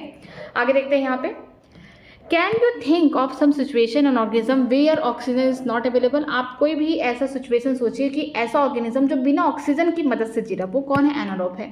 जैसे हमने भी सोचा कि माइकोप्लाज्मा, ऑक्सीजन है तब भी खुश है, नहीं है तो भी जिंदा है वो। ठीक है, there are sufficient reason to believe that the first cell on this planet lived in the atmosphere that lack oxygen. ठीक है, जो पहला सेल यहाँ पे बना हमारी धरती पर, मतलब हमारे अर्थ पर जो पहला सेल बना एटमॉस्फेयर में, उसके पास वो लैक ऑफ ऑक्सीजन में भी जी रहा था, मीन्स कि विदाउट ऑक्सीजन में भी वो सर्वाइव करता। वो क्या था, एनारोब था। Even among the present day living organism, we know of the several that are adopted to anaerobic condition। लेकिन अभी के प्रेजेंट के टाइम में हम ये भी देख सकते हैं कुछ ऐसे भी ऑर्गेनिज्म है जो बिना ऑक्सीजन के भी जिंदा है, एनारोब है। ठीक है, जैसे यहाँ पे दिया गया है दो टाइप के एनारोबिक दिए गए, एक हो गया फैकल्टेटिव, दूसरा हो गया ऑब्लिगेट। एक बार मैं इसको समझाती हूँ। फैकल्टेटिव नाम से लग रहा है कि फॉल्स है, जो फैकल्टेटिव होगा, ठीक है, ये फैकल्टेटिव एनारोब होगा, दूसरा एनारोब। ठीक है, दूसरा वाला कैसा है, ऑब्लिगेट, एकदम स्ट्रिक्टली, जैसे वायरस क्या है, ऑब्लिगेट पैरासाइट है, वो उसका मेन काम क्या है, उसको जहाँ पे प्रेजेंट होगा बीमारी कॉज करना है, दुनिया में उसका कोई काम नहीं है। ठीक है, तो देखिए जो फैकल्टेटिव है ये कैसा है, झूठा वाला है एनारोब। ठीक है, झूठा इन द सेंस कि मतलब ऑक्सीजन नहीं है, जिंदा है, लाइव है, लेकिन ऑक्सीजन है इसके बाद भी ये जिंदा है, इसको कोई फर्क नहीं पड़ता, ऑक्सीजन है तो ठीक है मैं तो खुश हूँ, नहीं भी है तो भी जिंदा है। ये झूठा वाला है, खुद को कहता है मैं एनारोब हूँ, मुझे ऑक्सीजन की जरूरत नहीं, फिर भी मैं जिंदा हूँ, लेकिन ऑक्सीजन अगर प्रेजेंट है तब भी ये जिंदा है। अगर ऑब्लिगेट की बात करते हैं, ये स्ट्रिक्टली मतलब एकदम वही है ना, एकदम स्ट्रिक्ट है ये पूरी तरीके से। ठीक है, तो यहाँ पे अगर ऑक्सीजन नहीं है तो खुशी खुशी जिंदा रहेंगे, लेकिन ऑक्सीजन अगर आ गया तो ये मर जाएंगे, डेड, ये जिंदा नहीं रह पाएंगे। तो यहाँ पे दो टाइप के एनारोब पढ़ेंगे, एक तो फैकल्टेटिव एनारोब होंगे, दूसरा ऑब्लिगेट होंगे। एनारोब का मतलब ये है कि ऑक्सीजन के प्रेजेंस में ये नहीं जिंदा रहेंगे। ठीक है, सिर्फ मैंने एनारोब्स की बात की है, एनएरोबिक रिस्पायरेशन की बात की है, जहाँ पे ऑक्सीजन नहीं प्रेजेंट होगा वहाँ पे ये खुशी खुशी जिंदा होंगे, लेकिन जहाँ पे ऑक्सीजन प्रेजेंट होगा वहाँ पे ये नहीं सर्वाइव करेंगे। लेकिन टू टाइप के एनारोब्स होते हैं, पहला हो गया फैकल्टेटिव, दूसरा हो गया ऑब्लिगेट। ठीक है, जो फैकल्टेटिव होंगे ये झूठे वाले हैं, ऑक्सीजन नहीं है जिंदा है, दिखा रहे कि ऑक्सीजन नहीं है फिर भी हम जिंदा है, लेकिन ऑक्सीजन जहाँ है वहाँ पे भी ये जिंदा है। तो इनका बेस्ट एग्जांपल कौन है, स्यूडोमोनास। इनका जो बेस्ट एग्जांपल है वो कौन है, स्यूडोमोनास। ठीक है, बेस्ट एग्जांपल है, नाम से भी लग रहा है सूडो। ठीक है, ऑब्लिगेट की बात करते हैं, ये रिस्ट्रिक्टली, इन्होंने कसम खाई है कि हम स्ट्रिक्ट हैं, अगर ऑक्सीजन नहीं है तभी हम जिंदा हैं, अगर ऑक्सीजन थोड़ा सा भी प्रेजेंट आ जाएगा हम मर जाएंगे, हम नहीं जिंदा रहेंगे। तो ये कैसे होते हैं, स्ट्रिक्ट होते हैं, अपने बातों पे एकदम सख्त होते हैं, ऑक्सीजन नहीं है तो जिंदा है, ऑक्सीजन अगर आ गया तो ये मर जाएंगे। इसका एग्जांपल क्या है, कैलोस्ट्रिडियम। ठीक है, या फिर बोल सकते हैं ब्यूटेलिशियम, इसका बेस्ट एग्जाम्पल है। आगे देखते हैं, इनका यहाँ पे डिफिनेशन दिया गया होगा। सम of these animal are facultative anaerobes while in the other are requirement for the anaerobic condition is obligate। यहाँ पे कुछ ऐसे ऑर्गेनिज्म होंगे जो कैसे हैं, फैकल्टेटिव एनारोब्स हैं, दूसरे कैसे हैं, ये ऑब्लिगेट है। ऑब्लिगेट वाले बहुत सच्चे हैं ये, ठीक है। In any case all living organism retain the enzymatic machinery to the partially oxidise the glucose with the help of oxygen. This break down of the glucose to pyruvic acid is called the glycolysis. यहाँ पे दिया गया है कि कोई भी case हो, चाहे एरोबिक हो चाहे एनारोबिक हो। एरोबिक ऑर्गेनिज्म कौन है, जैसे कि हम लोग, अगर हमें ऑक्सीजन ना मिले हम तो मर जाएंगे, ठीक है। हमको तो ऑक्सीजन चाहिए ही चाहिए, हमारा कोई सर्वाइबिलिटी नहीं है। लेकिन कुछ ऑर्गेनिज्म हमने देखा कि बिना ऑक्सीजन के भी प्रेजेंस में जिंदा है, खुश है, ठीक है। तो हमने देखा कि चाहे कोई भी केस हो, एरोबिक वाला या फिर एनारोबिक वाला, दोनों ही केस में क्या हो रहा है कि जितने भी लिविंग ऑर्गेनिज्म हैं उनमें एंजाइमेटिक मशीनरी चल रहा है, जहाँ पे पार्शली ऑक्सीडाइज हो रहा है ग्लूकोज, ठीक है, without the help of oxygen. यहाँ पे ऑक्सीजन की रिक्वायरमेंट नहीं है। मैं एरोबिक हूँ तो इसका मतलब ये जो ग्लाइकोलिसिस प्रोसेस है मेरे में भी चल रहा है, क्योंकि वहाँ पे ऑक्सीजन की रिक्वायरमेंट ही नहीं है। लिविंग ऑर्गेनिज्म है, चाहे एरोबिक रिस्पायरेशन कर रहे ऑक्सीजन के प्रेजेंस में जिंदा है, चाहे एनारोबिक है, मीन्स ऑक्सीजन नहीं है तब भी जिंदा है, दोनों में ही एक ही प्रोसेस चलता है जो कि यूनिवर्सल है, ठीक है। कौन है वो, ग्लाइकोलिसिस है। ग्लाइकोलिसिस में क्या होता है, यहाँ पे जो ऑक्सीडेशन हो रहा है वो पार्शियल ऑक्सीडेशन हो रहा है, यहाँ पे ऑक्सीजन की प्रेजेंस भी नहीं हो रहा है। जो भी यहाँ पे बोल सकते हैं ग्लूकोज है, इनमें क्या हो रहा है, पार्शियल ऑक्सीडेशन हो रहा है। आगे चल के क्या बनेगा, पायरुविक एसिड बनेगा। ग्लूकोज 6 कार्बन का, जो आगे चल के पायरुविक एसिड बन रहा है 3 कार्बन का है, मीन्स यहाँ पे 2 मॉलिक्यूल पायरुविक एसिड बनेंगे। यहाँ पे कोई भी ऑक्सीजन की रिक्वायरमेंट नहीं है। तो ये जो ब्रेकडाउन हो रहा है ग्लूकोज का पायरुविक एसिड में, मीन्स 6 कार्बन से 3 कार्बन का जो कंपाउंड बन रहा है 2 मॉलिक्यूल, उसे हम क्या बोलते हैं, ग्लाइकोलिसिस प्रोसेस बोलते हैं। ये सारे ऑर्गेनिज्म में होता है, ठीक है। हम लोग कल पढ़ेंगे ग्लाइकोलिसिस, उससे पहले मैं एक बार इसको फिर से रिवाइज करा देती हूँ। जैसा कि जानते हैं रिस्पायरेशन का मतलब ही क्या है कि यहाँ पे ब्रेक डाउन हो रहा है, जो भी हमारे बॉडी में फूड आया, बायो मैक्रोमोलिक्यूल आया, या फिर हम बात करते हैं फोटोसिंथेसिस में जो भी प्लांट ने अपना खाना बनाया है, स्टार्च बनाया है, ग्लूकोज बनाया, उनका क्या होगा, हर एक सेल क्या करेगा, उसको तोड़ तोड़ के एनर्जी लेगा, ठीक है। प्लांट में क्या है, पत्तियाँ हैं, सपोज करिए लीफ है, यही सिर्फ फोटोसिंथेसिस कर सकते हैं, लेकिन कुछ एक्सेप्शन ऐसे भी हैं कि स्टेम भी कर रहा है, ऑर्किड के रूट्स भी कर रहे हैं, ठीक है। तो यहाँ पे जो लीफ है ये तो मेनली क्या करी, फोटोसिंथेसिस कर रही। हमने पढ़ा था कि केल्विन साइकिल चलता है, जहाँ पे बोल सकते हैं शुगर की फॉर्मेशन होती है, ठीक है। तो यहाँ पे हमने देखा कि खाना तो बन गया, लेकिन जितने भी पार्ट है, रूट है और भी स्टेम है, जहाँ पे नॉन ग्रीन पार्ट है, वहाँ पे किस तरीके से ये फूड सप्लाई हो रहा है, फ्लोएम की मदद से हो रहा है, क्योंकि हर डायरेक्शन में ये बोल सकते हैं फ्लो कराता है, मीन्स हर डायरेक्शन में जा सकता है। लेकिन अगर हम बात करते हैं जाइलम की ना, तो यूनिट डायरेक्शन है, रूट से ही स्टेम में जाएगा, एक ही डायरेक्शन में जाएगा, और जो फ्लोएम है बाई डायरेक्शन है, ठीक है, हर जगह जा सकते हैं। तो देखेंगे कि किस तरीके से वहाँ पे रिस्पायरेशन हो रहा है। रिस्पायरेशन में क्या होता है कि जो भी ग्लूकोज बना है, ठीक है, उसको हम ऑक्सीजन की मदद से कंबशन करा रहे कंप्लीट, वहाँ पे क्या निकलेगा, CO2 निकलेगा, साथ में वाटर निकलेगा, इसके अलावा एनर्जी निकलेगा। जो भी एनर्जी निकल रही है ना, हम उसको एक छोटे छोटे स्टेप में तोड़ रहे हैं, जो भी ग्लूकोज है उसको छोटे छोटे स्टेप में तोड़े ताकि हमें एनर्जी मिले और हम एनर्जी को ट्रैप कर सके ATP के फॉर्म में। क्यों करना चाहते हैं, क्योंकि और भी एक्टिविटी है, जो प्लांट हो गया या फिर हम बात करते हैं एनिमल में जो डिफरेंट टाइप की लाइफ प्रोसेसेस की एक्टिविटी है, वहाँ पे ATP की ज़रूरत है। तो यही जो एनर्जी स्टोर करके रखा गया है, इसी का इस्तेमाल किया जाता है वहाँ पे, ठीक है। हम नॉर्मली सांस ले रहे, ब्रीथिंग कर रहे हैं, ये सिर्फ हम गैसेस एक्सचेंज करें, एक फिजिकल प्रोसेस है, ये रिस्पायरेशन नहीं है। रिस्पायरेशन तो सेल वाले लेवल पे हो रहा है, सेलुलर प्रोसेस है, जहाँ पे ग्लूकोज वगैरह को तोड़ा जा रहा है, ठीक है। ये कैटाबॉलिज्म प्रोसेस होगा। जितने भी लिविंग ऑर्गेनिज्म हैं, ठीक है, हर कोई क्या कर रहा है, ग्लाइकोलिसिस कर रहा है, मीन्स बोल सकते हैं पार्शियली यहाँ पे बोल सकते हैं क्या हो रहा है, ऑक्सीडेशन हो रहा है ग्लूकोज का, किस में, पायरुविक एसिड में। तो उसके लिए तो ग्लूकोज आना चाहिए। ग्लूकोज आ कहाँ से रहा है, प्लांट में। प्लांट खुद पूरी तरीके से कैपेबल हैं खाना बनाने के लिए, फोटोसिंथेसिस कर रहे हैं, ठीक है, हमने केल्विन साइकिल में देखा वो ही कर रहे हैं। लेकिन जो एनिमल हैं वो कहीं ना कहीं प्लांट पे डिपेंडेंट है, खुद तो खाना नहीं बना सकते, हेटेरोट्रॉप है, उनको प्लांट से या तो डायरेक्टली मिल रहा है वो हर्बीवोर से, जो इनडायरेक्टली ले रहा है एनर्जी प्लांट से, वो कौन है, कार्निवोर्स हैं, ठीक है। एनर्जी मिल गया। जो कुछ भी हम फूड खाते हैं, चाहे प्लांट से बना हुआ, जो भी मार्केट में जो भी चीज़ें मिलती हैं, वो फूड किससे बना होता है, प्लांट का। हम रोटी खा रहे हैं, राइस खा रहे हैं, सब प्लांट से आ रहा है। कहीं ना कहीं अल्टीमेटली सोर्स कौन है, प्लांट है खाने के लिए। जो फूड हम खाते हैं वो क्या है, जनरली कैसे होते हैं, बायो मैक्रोमोलिक्यूल। मैक्रोमोलिक्यूल का मतलब कि इनका बोल सकते हैं जो मॉलिक्यूलर वेट होता है वो 1000 डेल्टन से ज़्यादा होता है। प्रोटीन हो सकता है, कार्बोहाइड्रेट हो सकता है, फैट हो सकता है, फैट तो एक्सेप्शन है बट ये बायो मैक्रोमोलिक्यूल में इंक्लूडेड है। तो इनसे क्या होता है, इनका ऑक्सीडेशन होता है, CO2 निकलता है, यहाँ से वाटर निकलता है और लास्ट में एनर्जी बचता है। धीरे धीरे करके स्टेप में ये एक छोटे छोटे स्टेप में होता है ताकि जो एनर्जी लॉस होगा हीट के फॉर्म में बहुत कम हो और जो ज़्यादा करके एनर्जी उसे ATP के फॉर्म में स्टोर कर दिया जाए। जैसे कि रिस्पायरेटरी सबस्ट्रेट कौन हो सकते हैं, कार्बोहाइड्रेट हो सकता है सबसे मेन, प्रोटीन भी हो सकते हैं, अमीनो एसिड क्योंकि आगे चल के टूटेंगे वो अमीनो एसिड में, फैट भी हो सकते हैं, कुछ ऑर्गेनिक एसिड भी हैं जैसे मैलिक एसिड, ये सब का इस्तेमाल किया जाता है लेकिन इनके लिए सर्टेन कंडीशन होती है। अगर हमें ATP बनाना है तो उसके लिए क्या करना पड़ेगा, जो भी हम खा रहे हैं फूड उनका क्या होगा, हर एक सेल क्या करेगा, ऑक्सीजन की मदद से यहाँ पे उनको तोड़ेगा, रिस्पायरेशन करेगा, सेल रिस्पायरेशन करेगा, तब जाके ATP बनेगा। और ATP एक स्टेप में कभी नहीं बनेगा, अगर बन रहा है तो वहाँ पे जो भी एनर्जी बना है वहाँ पे सब उड़ जाएगा, ATP की फॉर्मेशन कभी एक स्टेप में नहीं होगा। इसके लिए छोटा छोटा स्टेप होगा, स्लोली, ठीक है। ATP क्या है, ये है न्यूक्लियोसाइड, यहाँ पे शुगर के ऊपर एडेनिन लगा हुआ है। एडेनिन क्या होता है, प्यूरिन है ये बोल सकते हैं डबल हेटेरोसाइक्लिक रिंग है। ये जुड़ा है किससे, शुगर पे जुड़ा। अगर शुगर पे कोई भी प्यूरिन जुड़ा है तो कौन सा बॉन्ड होगा, N ग्लाइकोसिडिक बॉन्ड होगा। ये इंपॉर्टेंट है, हम बायोमोलिक्यूल में पढ़ चुके हैं। अगर शुगर के 5वें कार्बन पे कोई फॉस्फेट ग्रुप जुड़ा हुआ है तो किससे जुड़ा होगा, एस्टर बॉन्ड से जुड़ा होगा। अब जो फॉस्फेट है यहाँ पे 3 फॉस्फेट जुड़ चुके हैं तो हम क्या करेंगे, एक एक फॉस्फेट तोड़ के यहाँ से एनर्जी निकालेंगे, ठीक है। तो ये सब क्या है, बोल सकते हैं एनर्जी करेंसी है ATP।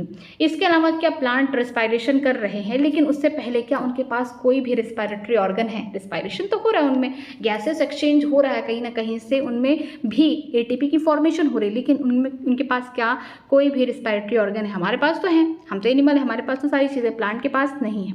प्लांट के पास स्पेशल टाइप के बोल सकते कोई रिस्पायरेटरी ऑर्गन नहीं है, लेकिन हाँ इनके लीफ में जो है स्टोमेटा प्रेजेंट है। इनको ऑल टाइम ना गैसेस एक्सचेंज करने की जरूरत नहीं है। जब ये खाना बना रहे, फोटोसिंथेसिस कर रहे, उस समय इनको क्या चाहिए, CO2 चाहिए। CO2 का कंसंट्रेशन इनके बॉडी में ज़्यादा होना चाहिए ताकि ये CO2 का फिक्सेशन करके केल्विन साइकिल चला सके, मीन्स डार्क रिएक्शन हो सके, C3 प्लांट में, C4 प्लांट में, दोनों में, ठीक है। उस टाइम क्या होता है, यहाँ से वाटर भी निकलता है तो ये ट्रांसपिरेशन रेट को कम ही करना चाहेंगे। लेकिन अगर हम बात करते हैं हमारे बॉडी में, तो हमें तो ऑल टाइम क्या चाहिए, गैसेस एक्सचेंज होना चाहिए। हमें कोई मतलब नहीं है, क्योंकि हम जब गैसेस एक्सचेंज करें तो कोई भी बहुत ज़्यादा वाटर का लॉस नहीं हो रहा, क्योंकि हम जब भी वाटर का लॉस होता है हम वाटर इनटेक कर लेते हैं। लेकिन अगर हम बात करते हैं कुछ प्लांट, ठीक है, ऐसे हैं जहाँ पे बोल सकते हैं कि लीफ में स्टोमेटा तो प्रेजेंट है लेकिन उनके ऊपर भी वैक्सी लेयर प्रेजेंट है। वो कौन प्लांट होंगे, जिम्नोस्पर्म के प्लांट होंगे। तो क्या वहाँ पे फोटोसिंथेसिस नहीं होता, होता है, बट बोल सकते हैं जब उनकी रिक्वायरमेंट होती तभी स्टोमेटा के पोर ओपन होते हैं, ठीक है। आप कभी भी जिम्नोस्पर्म के प्लांट देखेंगे तो उनके जो लीफ के ऊपर वैक्सी लेयर है, ताकि यहाँ पे बोल सकते हैं गैसेस एक्सचेंज बहुत ही कम हो सके, ट्रांसपिरेशन रेट यहाँ पे बहुत स्लो हो, ठीक है। इसके अलावा प्लांट के पास क्या होता है, स्टोमेटल पोर के साथ साथ लेंटिसेल होते हैं। जो लेंटिसेल होते हैं, जो बोल सकते हैं वुडी प्लांट है, उनके नीचे प्रेजेंट होते हैं। ये लूजली पैक्ड होते हैं पैरेन्काइमा के सेल, यहाँ पे गैसेस एक्सचेंज होता है इजिली ताकि यहाँ पे गैसेस आ सके। इसके अंदर क्या होते हैं, अंदर बात करें हम एनाटॉमी की, अगर बात करेंगे अंदर क्या होगा, मैकेनिकल सपोर्ट के लिए हार्ट वुड होगा जो क्या करता है, मैकेनिकल सपोर्ट करता है, ये डेड होते हैं, ठीक। और प्लांट में क्यों कोई रिस्पायरेटरी ऑर्गन नहीं है, पहला तो उनको अपना केयर करना खुद आता है, दूसरा कि उनको बहुत ज़्यादा ग्रेटर डिमांड नहीं है कि हमें ऑल टाइम गैसेस एक्सचेंज हो, नहीं। तीसरा ये है कि जब भी वो क्या करते हैं, जब भी उनको ज़रूरत पड़ती है, उनको कोई लार्ज डिमांड तो है नहीं कि जब भी उनको आवश्यकता होती है, जब फोटोसिंथेसिस करना है, जब रिस्पायरेशन करना, तभी वो क्या करते हैं, large volume of gases exchange करते हैं, नहीं तो उनको ज़रूरत नहीं है, ठीक है। फिर हमने देखा कि किस तरीके से ग्लूकोज आगे चल के टूट रहा है। जो फोटोसिंथेसिस में हमने ग्लूकोज बनाया था केल्विन साइकिल में, वहाँ पे इस तरीके से, अब यहाँ पे देखिए ग्लूकोज टूट रहा है। देखिए वहाँ पे किस तरीके से बनाया था हमने, वहाँ पे हमने किया था, पहले तो लाइट रिएक्शन चल रहा था ग्रेना में। इसके अलावा कहाँ चल रहा था लाइट रिएक्शन, यहाँ पे जो स्ट्रोमा लैमिनी यहाँ पे चल रहा था। लाइट रिएक्शन का जो भी प्रोडक्ट था ATP, NADPH, ये सब का इस्तेमाल करके केल्विन साइकिल C3 प्लांट और C4 प्लांट में दोनों में हो रहा था। C3 प्लांट में कहाँ हो रहा था, ये हो रहा था मेसोफिल सेल में। अगर C4 प्लांट की बात करते तो बंडल सिस सेल में होता था। यहाँ पे खाना बन चुका है, ये ग्लूकोज बन चुके। अब इन ग्लूकोज का प्लांट को तो काम हो गया है, लीफ में सारा काम हो चुका है। अब इन ग्लूकोज को क्या करना है, सारे प्लांट के पार्ट में पहुँचाना है ताकि जो भी सेल हैं वो खुद से रिस्पायरेशन कर सके, खुद से एनर्जी बना सके, ठीक है। एनर्जी बनाने के लिए उन्हें क्या करना पड़ेगा, उन्हें ब्रेक डाउन करना पड़ेगा। किसको ब्रेक डाउन करना पड़ेगा, जो ग्लूकोज के मॉलिक्यूल है उनको क्या करना पड़ेगा, ब्रेक डाउन करना पड़ेगा। कोई सिंगल स्टेप नहीं है, यहाँ पे बोल सकते हैं मल्टीपल स्टेप है। यहाँ पे हम लोग आगे पढ़ेंगे कि ग्लाइकोलिसिस होगा, क्रेब्स साइकिल चलेगा, लास्ट में क्या चलेगा, ETS, तब जाके अल्टीमेटली ATP की फॉर्मेशन होगी। तो यहाँ पे ग्लूकोज का यहाँ पे ऑक्सीजन की प्रेजेंस में क्या होगा, यहाँ पे ब्रेक डाउन होगा, जहाँ पे CO2, वाटर और एनर्जी निकल रहा है एज अ, कुछ एनर्जी लॉस होते हैं एज अ हीट के फॉर्म में, बाकी एनर्जी को स्टोर किया जाता है ATP के फॉर्म में। जब जब रिक्वायरमेंट हो लाइफ प्रोसेसेस के लिए, कुछ भी काम करने के लिए, तो इन ATP का इस्तेमाल करके कोई दूसरा बायोमोलिक्यूल बन रहा है, या फिर जहाँ जहाँ इनकी रिक्वायरमेंट है वहाँ इसको यूटिलाइज कर पा रहे हैं। ठीक है, फिर आगे हमने देखा कि कुछ ऐसे भी ऑर्गेनिज्म हैं जो बिना ऑक्सीजन के भी जिंदा, उन्हें क्या बोलेंगे, एनारोबिक बोलेंगे। एनारोबिक में भी दो टाइप के होते हैं, फैकल्टेटिव होते हैं, दूसरा कैसे होते हैं, ऑब्लिगेट होते हैं। जो फैकल्टेटिव है, नाम से लग रहे फॉल्स है, झूठे हैं, फ्रॉड है ये। ठीक है, कहते तो हैं कि हम ऑक्सीजन की प्रेजेंस में नहीं जिंदा है। मीन्स एनारोब का मतलब ये होता है कि हम ऑक्सीजन की प्रेजेंस में नहीं जिंदा, लेकिन ऑक्सीजन नहीं रहेगा तो हम जिंदा हैं। लेकिन जो फैकल्टेटिव वाले होते हैं ये क्या कहते हैं कि ऑक्सीजन नहीं है, हम खुशी खुशी जिंदा है, ऑक्सीजन है फिर भी हम जिंदा हैं, इसीलिए इनको क्या बोलते हैं, फैकल्टेटिव एनारोब। ऑब्लिगेट की बात करते हैं कि स्ट्रिक्ट है, अपनी बातों पे सख्त है कि अगर ऑक्सीजन प्रेजेंस होगा, मीन्स प्रेजेंट है, तो हम वहाँ पे जिंदा नहीं, हम मर जाएंगे, लेकिन ऑक्सीजन नहीं है तो हम जिंदा हैं। तो ये कैसे होंगे, ऑब्लिगेट हो गया। चाहे जितने भी ऑर्गेनिज्म हैं, चाहे एनारोबिक हो गया, एरोबिक हो गया, ऑक्सीजन है नहीं है ये बात कभी मायने नहीं देती। ग्लाइकोलिसिस में एक ऐसा प्रोसेस है जो सारे लिविंग ऑर्गेनिज्म में चल रहा है, एंजाइम के अंदर हो रहा है। ठीक है, एंजाइम के कंट्रोल में है ये प्रोसेस, जहाँ पे जो भी ग्लूकोज बन चुका है उनके बॉडी में, उनका क्या हो रहा है, पार्शली ब्रेक डाउन हो रहा है। पार्शली क्यों शब्द इस्तेमाल किया गया, क्योंकि यहाँ पे ऑक्सीजन की रिक्वायरमेंट नहीं है, ऑक्सीजन की प्रेजेंस में नहीं हो रहा। तो जो भी ग्लूकोज हो रहा है ये पार्शली ब्रेक डाउन हो रहा है आगे चल के किसमें, दो मॉलिक्यूल ऑफ पायरुविक एसिड में, या बोल सकते हैं पायरुवेट में। ठीक है, जो पायरुविक एसिड है ये 3 कार्बन का है, तो इसका मतलब ग्लूकोज 6 कार्बन से अब 3 कार्बन के कंपाउंड में बदल रहा है, तो 2 मॉलिक्यूल होगा, और ये विदाउट ऑक्सीजन हो रहा है। तो जितने भी ऑर्गेनिज्म होंगे ऑक्सीजन के प्रेजेंस में रहते हैं या फिर ऑक्सीजन के प्रेजेंस में नहीं रहते हैं, सब में चलेगा ग्लाइकोलिसिस। ठीक है, और कहाँ होता है, ये साइटोप्लाज्म में चलता है। इसके लिए कोई ऑर्गेनल की भी स्पेशल जरूरत नहीं है, जो सेल का साइटोप्लाज्म है वहीं पे चलता है ग्लाइकोलिसिस। तो हम लोग कल यहाँ से स्टार्ट करेंगे ग्लाइकोलिसिस और अच्छे से समझेंगे। ठीक है, अगर किसी भी लाइन में आपको कहीं पे भी डाउट है तो मुझसे कमेंट सेक्शन में आप पूछ सकते हैं, मैं उसका रिप्लाई भी करूंगी। ये चैप्टर थोड़ा सा कंसेप्चुअल है, यहाँ से मैं बोल सकती हूँ 3 to 4 क्वेश्चन आ सकते हैं। ये चैप्टर इसलिए स्कोरिंग हो गया है क्योंकि यहाँ के जो प्लांट फिजियोलॉजी के 2 चैप्टर थे, mineral nutrition and transport in plant, ये दोनों कट चुके हैं, डिलीट हो चुके हैं। तो ये जो चैप्टर है ना, ये हाई वेटेज पे आ रहा है इस समय। तो आप कोई भी चैप्टर हो प्लांट फिजियोलॉजी का बिल्कुल मत छोड़िए। ठीक है, कहीं पर भी डाउट है तो मुझसे आप पूछ सकते हैं, मैं उसका रिप्लाई करूँगी। आज की क्लास यहीं तक, थैंक यू वेरी मच।